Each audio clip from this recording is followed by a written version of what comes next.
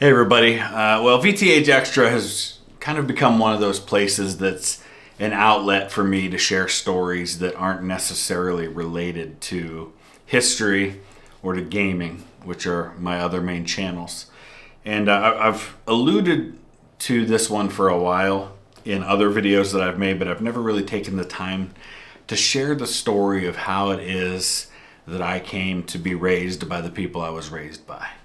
I've shared some of this before, so I don't want to go over all of it again. You can check out my video on discovering the identity of my father if you want to hear the details of my very early childhood. But I was born to a teenage mom.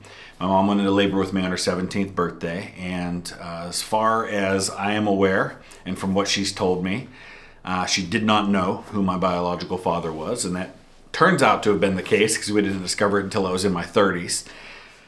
So I was born to a teenage mom who was living at home with her own parents who were only in their 30s themselves. My grandfather was almost 38 when I was born. My grandmother was 34 when I was born. I'm closer in age to my grandmother than to my youngest son. I was 35 when he was born. So it was a young family to begin with. And my earliest memories are really kind of hazy when it comes to exactly what the family situation was, because as early back as I can remember, my mom was married to my stepfather, Dave, who is my sister's father.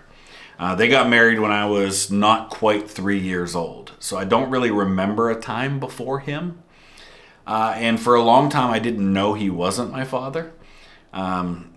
Because I referred to him as Daddy, and just for all I knew he was, and I didn't have any reason to think otherwise. But the point of this story I want to get to is fast forward to when I'm about 8 years old. So I'm 8. My mom would be 25 at this point. Still very, very young. I was 25 when I got married. Almost 28 when I had my first kid. But here I'm going to be sharing this story from my memory. Like, there are things that I know about the story that I learned much later about what was going on, but this is going to be from my perspective because I want you to understand what I was feeling and what I was experiencing as an 8-year-old kid. I woke up one morning, I think my mom was working at Arby's at the time, and I remember one morning she went to work and she didn't come home that night. We were living in an apartment in my hometown, and I just remember that she didn't come home. And as far as I can remember, it was like a couple weeks. It may not have been that long, but in my memory, it was a couple of weeks that she didn't come home. And then one day she did come home, and she talked to my stepdad and said she wanted to take me and my sister, who was 4 at the time, just take us to go hang out for a while. I can't remember exactly what she said we were going to do, but we were going to go somewhere. The understanding was we'd be gone a couple hours, we'd come back. But what I remember next about that night is we went to this guy's house in another town, like the next town over from where I lived, just a few miles away. And turns out this guy was a pretty nasty criminal type. I don't know how much of that my mom knew at the time. I don't know if she did or not. But I remember laying on the couch, I think it was a couch, in the living room that night, and I can close my eyes and I can still see this moment. That's how much seared into my brain it is. I remember us laying there and my mom starting to talk to us about where we wanted to live in Florida. And they were mentioning all these different options of the places we would go to in Florida. Now, as strange as that seems in hindsight, it didn't seem weird to me. Like, it was just like, yeah, we're talking about where we're going to live in Florida. It does not seem to have been a big deal for me. I don't know why that is. That's how I remember it. And what I remember next is falling asleep and waking up in the back of a car and seeing red and blue lights. Now, my earliest memories of this was that I was in the back of a police car, but I don't think I was actually in the car. I think the car was just there also. And as it turned out, some family members had gotten wind of the fact that my mom might be trying to take off with me and my sister, and so they came and got us. And I don't know exactly how that all went down. I've heard stories about who was involved. I don't want to get it wrong, so I'm just not going to say. I just know that some family members, they came and got us. And we went to live with my maternal grandparents. Now, at this point, I'm 8 years old. I had some, I wouldn't say really serious health problems, but I had some health problems, including the fact that I had to eat a very special diet. I have something called hyperlipidemia, which means my liver was twice its normal size and it would produce a lot of extra lipids. So my cholesterol was like ridiculously high. So I had to eat a very special diet, certain amount of red meat, certain amount of sugar, couldn't have certain things like coconut and palm oil, that kind of stuff. So it was a challenge. So I'm 8 years old. My grandfather's 46 at this point. My grandmother is 42. They've already raised not only their own 5 kids, but also my grandpa's nephew. And now they've got to take in 2 grandkids. And I've had a lot of people tell me over the years, oh man, that must have been so hard for you. And I remember at the time there being some real struggles with that. Why did my mom leave? Why didn't she want me? Not seeing her for years. Already not having a dad, really. I mean, I had a stepdad, but I didn't really see him much after that because he wasn't my dad and my mom was gone. But, in hindsight, it was the best thing that ever happened to me. I could not have asked for better parents than the ones who chose to raise me. I would not be the person that I am today were it not for my grandparents. My grandfather worked a lot.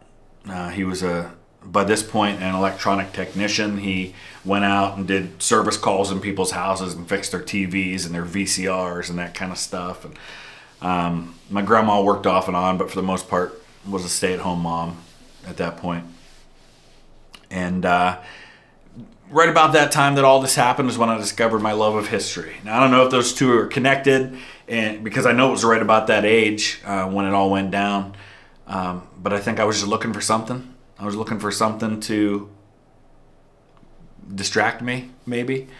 And history became one of those things. But it was hard. And I still, in many ways, deal with the consequences of what all went down during that time because that shaped my personality in ways that maybe I'll get into in a future video.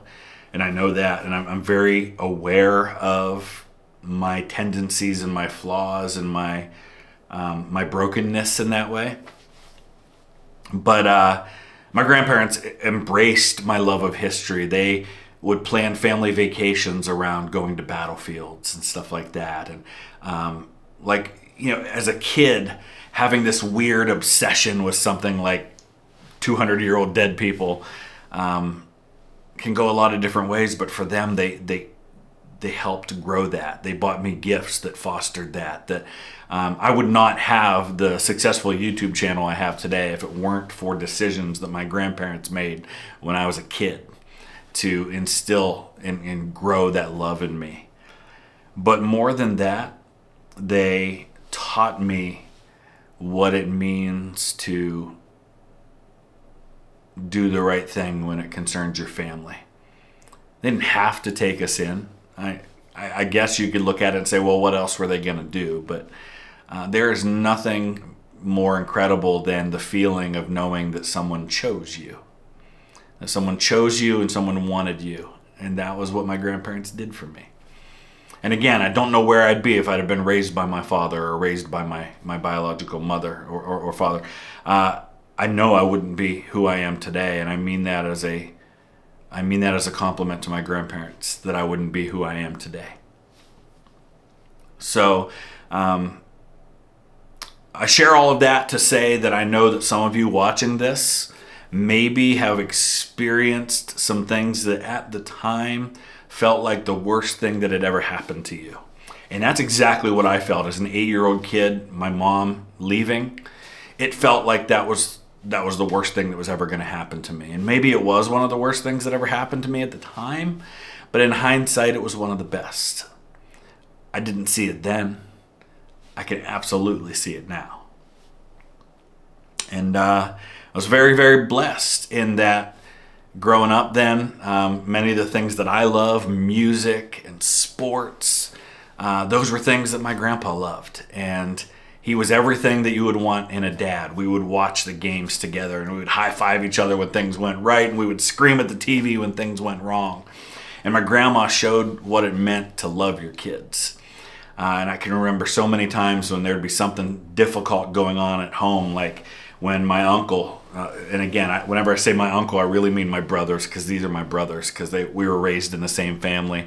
My uncle that I lost a couple of years ago was much closer to my age than he was to his sister, my mom's age. And we were raised in the same house. We were brothers. My uncle was 17 when he broke his neck, and I remember that day vividly, where we nearly lost him. And I can remember seeing my grandma praying, and it was one of the first times I'd ever seen somebody pray in a difficult circumstance and turn to God, and that really made an impression on me, big time. And the times that I made mistakes, like the time in 8th grade when I stole a necklace from my brother Mike, and a necklace he had bought for his girlfriend, and the way that they ended up finding it was months later, because my girlfriend, who I gave this necklace to for her birthday, her mom showed up at my grandma's work. She was a hostess at Perkins, and she showed her pictures of my girlfriend, her school pictures, and she was wearing the necklace in the picture, and that's how I got caught. But there was no condemnation in that. I remember being scared to death of how they were going to treat me over that. But while I was punished, it was done in grace and love, and that taught me a lot. Taught me a whole lot about God and how much He loves me. And now in the last several years, my grandmother ended up with Parkinson's and Lewy body dementia, and we watched as the mother who raised me descended to a place where we couldn't even communicate with her anymore. And I watched my grandfather, the dad who raised me, as her champion, as her hero. And he fought for her every step of the way. He kept her at home as long as he could until it was obvious at 80 years old that he couldn't take care of her anymore, and we had to place her in a nursing home. But he was there all the time for her. And when COVID hit, and she was one of the only ones in her wing of the nursing home who survived COVID, even though she got it really bad, it was his championing of her that got her to a hospital to get her the care she needed where she lived and others didn't. And he would make these radio shows for her so she could listen to his voice and listen to music when he couldn't be there physically with her. And that love of music was something that he and I shared, and we did recordings together. He produced 2 CDs that I did for songs that I wrote, and those were amazing times we got to share together. And I got to watch him walk her through the end stages of her life, not knowing that he'd end up going first.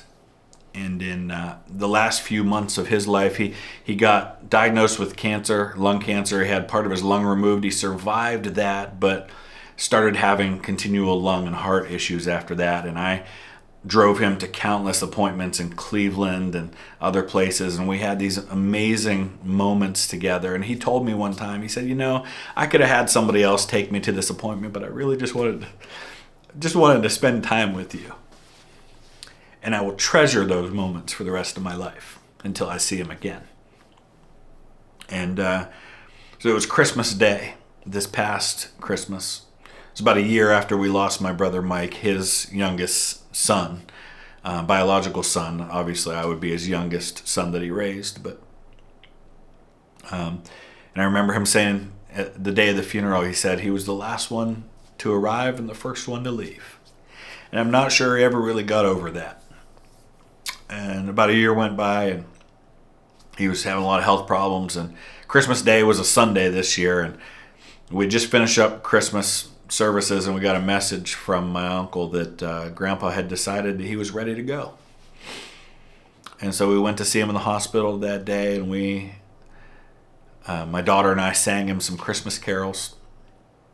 And he said to me, we had a little time alone after my family walked out, and he said, "Will you help me die?" And I said, "Grandpa, that's not up to me. But if it's your time to go, then I'll see you. I'll see you when I see you. And we were able to get him transferred. My grandma was in another hospital at the same time. We thought we might lose them both, but we were able to get them both transferred to her nursing home room. And less than 24 hours after we had him transferred to her room, he went home. And by home, I mean to home, heaven. And the last thing I said to him was, I love you, I'll see you soon. And I meant that, and I still mean it, because I will see him soon. Soon could be 50 years from now, but in eternal matters, that's soon. Grandma went to be with him in April 8th. And I got to be in the room with her, with my brothers, Brent and Craig. Brent was the one who broke his neck all those years ago. We got to stand there and be there with her final moments and to tell her it's okay. Go see Grandpa, go see Mike. We'll see you soon. And to tell her we loved her. I am not the person that I am today if it were not for them. And by that I mean the good qualities. Because listen, I know I'm not perfect and I've got plenty of bad ones too. But again, I'm just getting all of that off my chest to tell you that if you're going through something really hard right now that you don't understand, that doesn't seem to be good, and it feels like it's the worst thing that's ever happened to you, it doesn't mean that there's not something better coming your way. It doesn't mean that this can't be worked out. I'm make no secret of the fact that I'm a Christian, and there's a scripture where in Romans it says, for I'm convinced that God is working all things together for the good of those who love him and who are called according to his purpose. It doesn't say that all things are good, because let's face it, a lot of stuff that happens to us is not good. My mom leaving when I was 8 was not good, but God worked it together for good, and he does that. And I'm so grateful that he did that. And I'm grateful for Ken and Connie Mowry and for the life that they gave me that I would not have otherwise had. Thanks for listening.